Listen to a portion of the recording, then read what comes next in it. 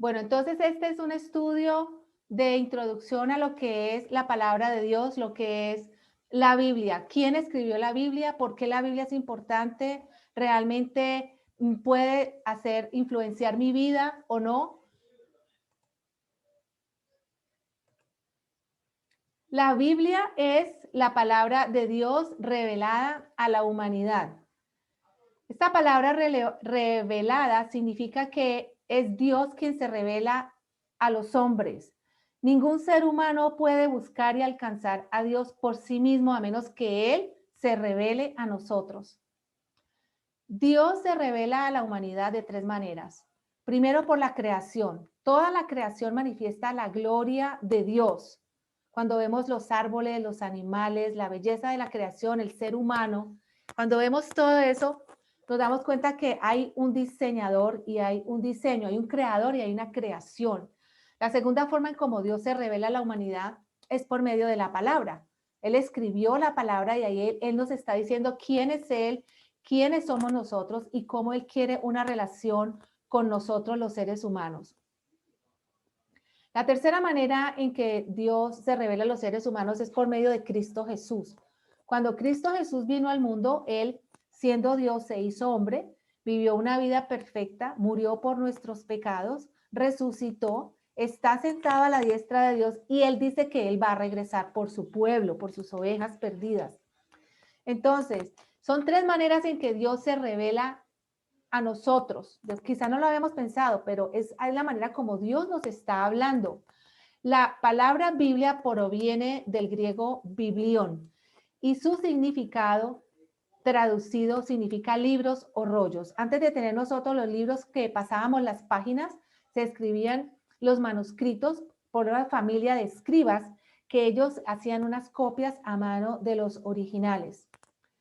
La Biblia es un conjunto de 66 libros y no debe ser vista como un libro solo, sino como una biblioteca de teología o que nos enseña acerca de Dios. Hay un Antiguo Testamento y un Nuevo Testamento. El Antiguo Testamento tiene 49 libros y el Nuevo 27. Hay otros libros deuterocanónicos o apócrifos que son aceptados por algunos cánones y otros no son aceptados. Todos estos libros tienen el mismo autor, pero diferentes escritores. El autor de la palabra de Dios o la Biblia es Dios mismo y el intérprete es el Espíritu Santo. Dios inspiró a estos hombres, a estos escritores por medio del Espíritu Santo. Dice Titos, el libro segundo de Titos, dice que toda escritura es inspirada por Dios. El tema principal en la Biblia es la redención del hombre por medio de Jesucristo. Toda la escritura es inspirada por Dios, útil para enseñar, redarguir, corregir, instruir en justicia a fin de que el hombre de Dios sea perfecto, enteramente preparado para toda buena obra. Es decir, primero, la escritura o la palabra o la Biblia es inspiración divina. Segundo, ¿cuál es el propósito de la Biblia? Aquí lo tenemos, para enseñarnos, para corregirnos, redarguirnos, para instruirnos en justicia, en lo bueno, no en cualquier cosa, sino en lo que es justo y aceptado para Dios.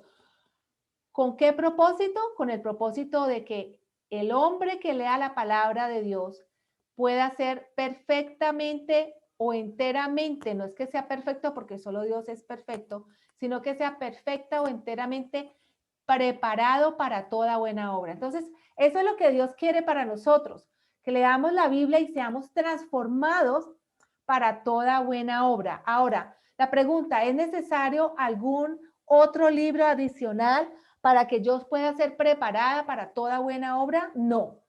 Estos libros adicionales pueden servir como libros de estudio que confirman realmente lo que Dios está diciendo o por el contrario lo pueden contradecir. Cuando hablemos de la palabra escritura o Biblia o palabra con mayúscula, estamos hablando de lo mismo. ¿Quiénes la escribieron? La Biblia fue escrita por más de 40 escritores escogidos y preparados por Dios. Estos hombres nacieron en diferentes épocas, culturas, tenían diferentes personalidades, diferentes profesiones. Algunos fueron reyes, otros poetas, sacerdotes, pescadores. Vemos aquí que Dios escoge todo tipo de hombres que Él considera que va a preparar y los va a inspirar para que ellos escriban la Sagrada Escritura. Fue completada en un periodo aproximado de 1600 años y escrita en idiomas diferentes, arameo, hebreo y griego. El mensaje de la Biblia mantiene una armonía y una unidad porque tiene un solo autor que es Dios. Y miren esto, ¿cómo es posible que yo pueda, que para mí sea fácil o posible, humanamente posible, que más de 40 hombres que no se conocieron, muchos de ellos, que hablaban idiomas diferentes, diferentes culturas, que ellos puedan mantener en sus escritos una armonía y una unidad? Cuando leemos la Biblia desde el Génesis hasta el Apocalipsis, vamos a ver una armonía a lo largo de toda la palabra de Dios en todos esos libros. Y esta es una de las mayores evidencias internas de que la Biblia fue divinamente inspirada. ¿Cómo está dividida la Biblia? La Biblia está dividida en Antiguo y Nuevo Testamento. Y más adelante vamos a ver dividida también en capítulos y versículos. Esto es algo que no es de Dios, o sea, Dios no fue, la idea de Dios no fue decir este es el antiguo, este es el nuevo. Esto es algo que los hombres hicieron y ahora les voy a mostrar con la finalidad de identificar los libros que se escribieron antes de Cristo y lo que se escribieron después de Cristo. En realidad lo que tenemos que enfocarnos no es tanto en el Antiguo y en el Nuevo Testamento, sino en el Antiguo Pacto y en el Nuevo Pacto. Porque esta palabra Antiguo Testamento muchas veces puede ser entendida como algo que ya no caducado, algo que no es para mí, que ya pasó, que es anticuado, que no tiene validez. Ese es el peligro, pero cuando yo miro el antiguo pacto y el nuevo pacto, entonces ya eso sí es bíblico. O sea, el mismo Jesucristo dijo que él había traído un nuevo pacto. La misma Biblia habla del antiguo pacto y nuevo pacto. Les voy a mostrar aquí en Éxodos. Este ex significa Éxodos capítulo 19,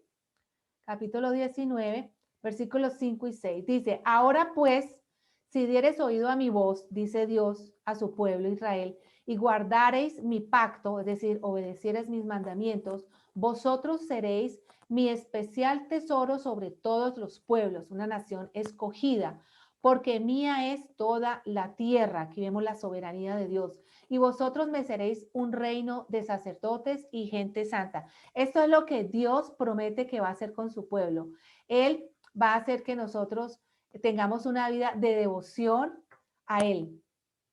En el Nuevo Testamento, en Mateo 26, dice Jesucristo en la cena de la Pascua, dice, mientras comían, tomó Jesús el pan y bendijo y lo partió y dio a sus discípulos y dijo, tomad, comed, esto es mi cuerpo.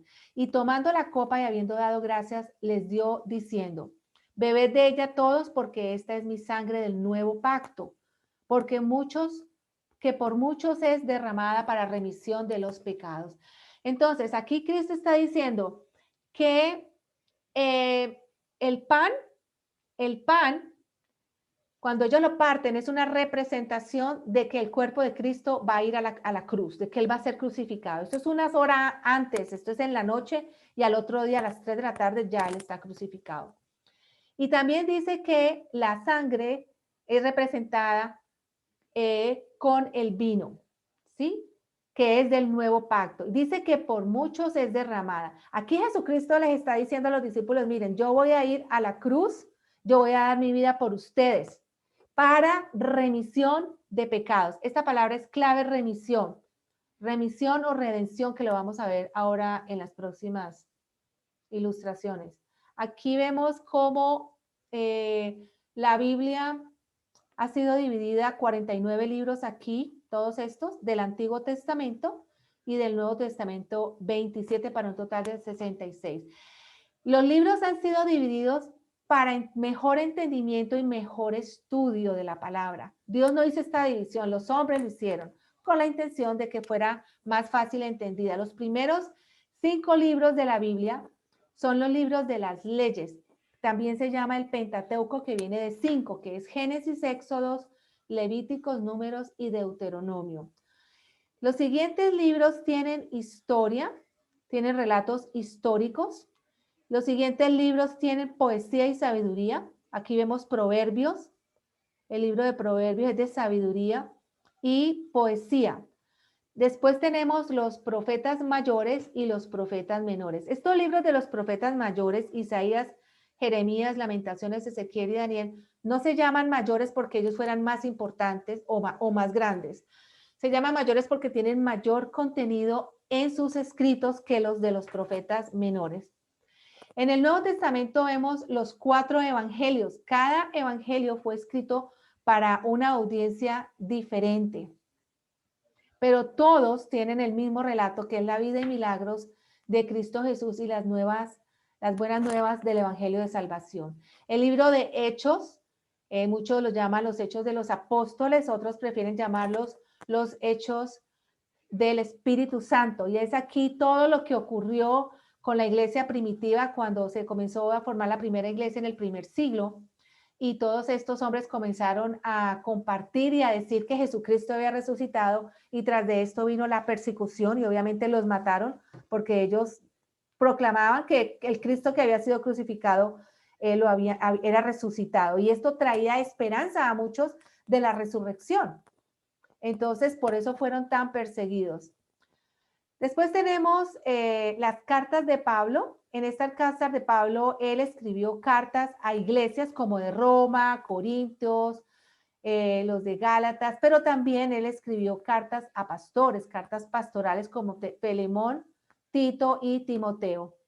Tenemos otras cartas escritas por Santiago, por Pedro, por Juan, por Judas, y finalmente el libro del Apocalipsis, que es la anticipación de los últimos tiempos, la profecía de los últimos tiempos. Entonces, los géneros literarios en la Biblia son muy variados. Hay veces que la Biblia utiliza simbolismo, hay veces que utiliza poesía, hay veces que la Biblia utiliza parábolas o ilustraciones, y debemos tener en cuenta cuando leamos un contexto o un capítulo, ¿qué estoy leyendo? Estoy leyendo la ley, estoy leyendo un dato histórico. ¿Por qué es importante tener en cuenta esto? Porque no todo lo que la Biblia relata es bíblico. Es decir, hubo hombres que desobedecieron a Dios y pecaron, y la Biblia no me está diciendo que yo haga lo que ellos hicieron. Me está mostrando que lo que ellos hicieron no fue aprobado por Dios. Entonces, está en la Biblia, pero no es bíblico. Entonces, eso lo podemos ir aprendiendo. Estas son algunas abreviaturas de los libros del Antiguo Testamento, y miren cómo son agrupados por temas, simplemente para mayor entendimiento. Y estos son los del Nuevo Testamento. ¿De qué se trata la Biblia? El tema de la Biblia, desde el Génesis hasta el Apocalipsis, habla de la redención. Cuando yo hablo de la redención, yo tengo que hablar de una liberación, de una persona que está en esclavitud, de alguien que tiene que ser redimido. Alguien tiene que pagar para que esta persona que está en esclavitud pueda ser liberada. Entonces ustedes dirán, pero si yo soy libre, yo no soy esclavo.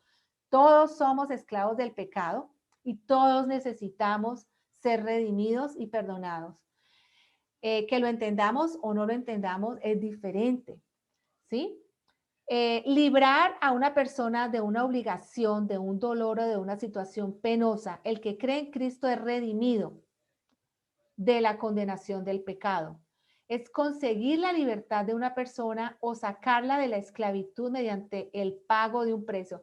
Y aquí la palabra pago de un precio es muy importante que la tengamos en cuenta, porque muchas personas hablan de que Dios me perdonó, yo soy perdonada, yo me arrepentí, Él me perdonó. Y esto puede sonar un poco arrogante o injusto para algunas personas, de decir, ok, o sea que tú hiciste todas estas cosas toda tu vida, ya te arrepentiste y Dios borrón y cuenta nueva. Y quiero explicarles que cada vez que hay perdón o una redención, hay un pago. Alguien hace un pago, es decir, si yo tengo una deuda en el banco y yo llego mañana y me dice, no, señora, tranquila que su cuenta fue redimida o pagada. ¿sí? Alguien la tuvo que pagar, un anónimo o el mismo banco, le cuesta a alguien. Y es importante que tengamos en cuenta que cuando Dios nos perdona, Él no está diciendo lo que tú hiciste no tuvo ningún valor, no tuvo significado, olvidémoslo ya. No, Cristo dio su vida en la cruz y Él fue quien pagó por todos mis pecados. Hubo un pago, hubo un costo para que yo fuera redimida. Dios nos habla a través de la Biblia. Es la revelación progresiva de quién es Él y quiénes somos nosotros. Es una revelación progresiva. Hace 30 años, cuando yo empecé a leer la Biblia, Dios comenzó a darme entendimiento de muchas cosas, pero en la medida en que yo iba viviendo y con los años iban pasando, Él progresivamente, en su bondad, en su misericordia, en su amor, Él me ha ido revelando y mostrando realmente quién es Él y qué quiere que yo haga en la vida, que es glorificarlo a Él. Pero también es la revelación progresiva, porque cuando Él se reveló primeramente a Adán y a Eva, después a Abraham, a Moisés y a todos los patriarcas, ¿sí? Entonces, Él fue progresivamente, les fue revelando a cada uno el plan de redención. Ellos sabían que iba a venir un Salvador y un Redentor del mundo. Ellos estaban esperando al Mesías, ¿sí? Pero ellos no sabían exactamente que Jesucristo iba a venir y que iba a morir en la cruz, no sabían los detalles. Los mismos apóstoles cuando vieron a Jesús y compartieron con él, ellos no sabían y no entendieron la crucifixión hasta que lo vieron resucitado y dijeron, ahora sí lo entendemos. Entonces vemos cómo la revelación es progresiva a toda la humanidad, no solamente a cada individuo.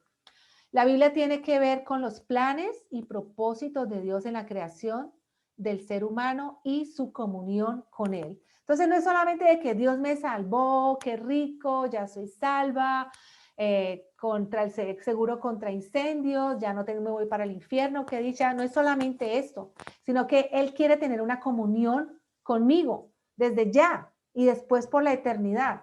Ese es el Dios de la Biblia, es un Dios de relación, un Dios de comunión.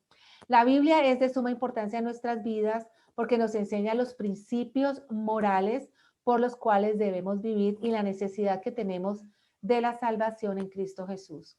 Necesitamos apreciarla y obedecerla porque si la rechazamos, estamos rechazando a Dios mismo. Si Dios me dice que Él me habla a través de la palabra y yo rechazo la Biblia, yo lo estoy rechazando a Él también. Entonces, la Biblia es la máxima autoridad de código moral de la humanidad por el cual nos debemos regir. Y es muy importante eso porque estamos viviendo en épocas de relativismo. Y este relativismo es que lo que a mí me gusta es moral y es bueno, y lo que a mí no me gusta no es moral y no es bueno. El problema es que cómo nos ponemos todos de acuerdo con qué es bueno y qué es malo. Entonces, si todos estamos bajo una sola cobertura de una autoridad de código moral, de principios morales que dice esto es pecado, esto no es pecado, ¿sí? Entonces, vamos a poder reconocer que la palabra de Dios, ahí es donde vamos a poder aprender y entender poco a poco. Esto es algo que no lo vamos a aprender de la noche a la mañana. Lo aprendemos durante la vida y el caminar. Es una maratón. La vida de fe es una maratón, no es las 100 millas, cualquiera corre las 100 millas, pero no todos perseveran en la maratón.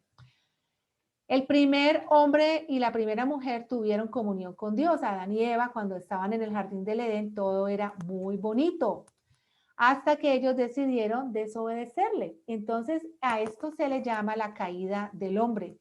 Cuando ellos desobedecieron, Dios los echó del jardín y comenzaron una nueva etapa de la vida de la humanidad que se llama la caída. Como consecuencia de la rebelión de Adán y Eva, entonces entró a la humanidad la muerte, el pecado, el sufrimiento, la injusticia al mundo. Dios le dio una promesa a Adán y Eva de que Él iba a restaurar esta relación de comunión por medio de Cristo Jesús. Entonces, Adán y Eva desobedecen y como consecuencia de la rebelión viene la muerte para la humanidad, las enfermedades, la injusticia, pero Dios, que es un Dios misericordioso, Él le promete a Adán y Eva en Génesis 3.15, lo vamos a ver cuando leamos Génesis 3.15, es la primera promesa que Dios trae a la humanidad de que Él va a restaurar la humanidad y va a restaurar esa relación con Él. Cristo es el Salvador del mundo. Él vino del cielo a vivir una vida perfecta y él cumplió con todas las demandas de la ley. Él voluntariamente se entregó en la cruz, recibiendo un castigo que él no merecía, sino que nosotros merecíamos, para que todos los que crean en él sean salvos.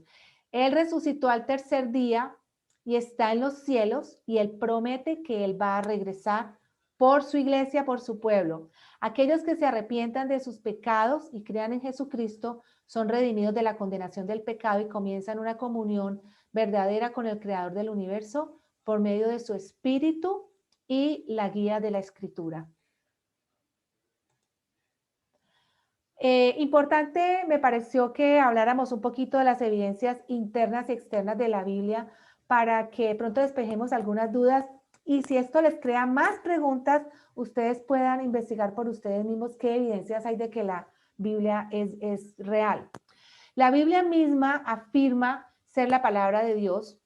En 2 de Timoteo ya lo habíamos leído. Toda escritura es inspirada por Dios, útil para enseñar, redarguir, corregir, instruir en justicia a fin de que el hombre de Dios sea perfecto, no significa sin pecado, sino que esté perfectamente preparado para toda buena obra.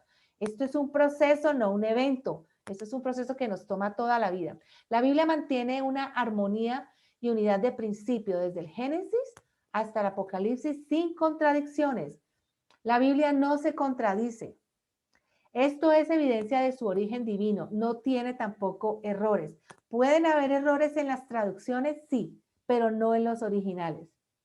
La Biblia contiene cientos de profecías detalladas que ya se han cumplido.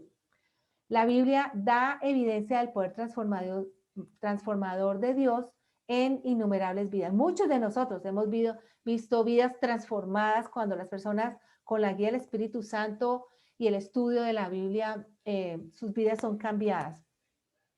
Ahora, evidencias externas, es decir, que están por fuera de la Biblia, que nos confirma su veracidad. Primero, los relatos históricos, su veracidad y precisión son sujetos de verificación como cualquier otro documento histórico. Hay eventos históricos relatados en la Biblia que han sido confirmados con otros libros o con otros materiales de documentos históricos.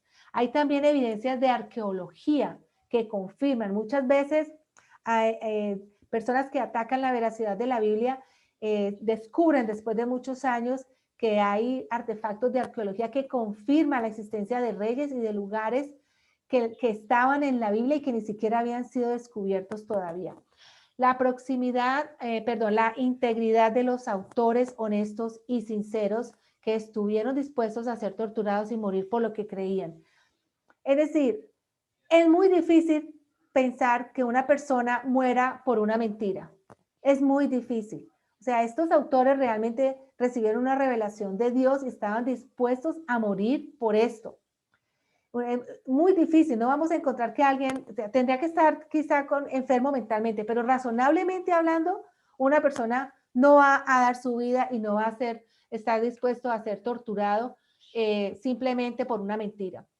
La proximidad de los escritores y los eventos es importante porque entre más cerca fueron los escritos de los eventos, entonces más veracidad hay de todos los sucesos que ocurrieron. Y el Nuevo Testamento vemos que fue escrito durante el primer siglo, muy cercano a la iglesia primitiva. La indestructibilidad de la Biblia también es otra evidencia externa, porque realmente Dios de manera sobrenatural y divina ha protegido este libro que ha sido tan grandemente perseguido, el más publicado y el más perseguido en la humanidad. Ya casi vamos a terminar. Quería también compartirles que capítulos y versículos han sido implementados en la Biblia para facilitar el estudio por las personas.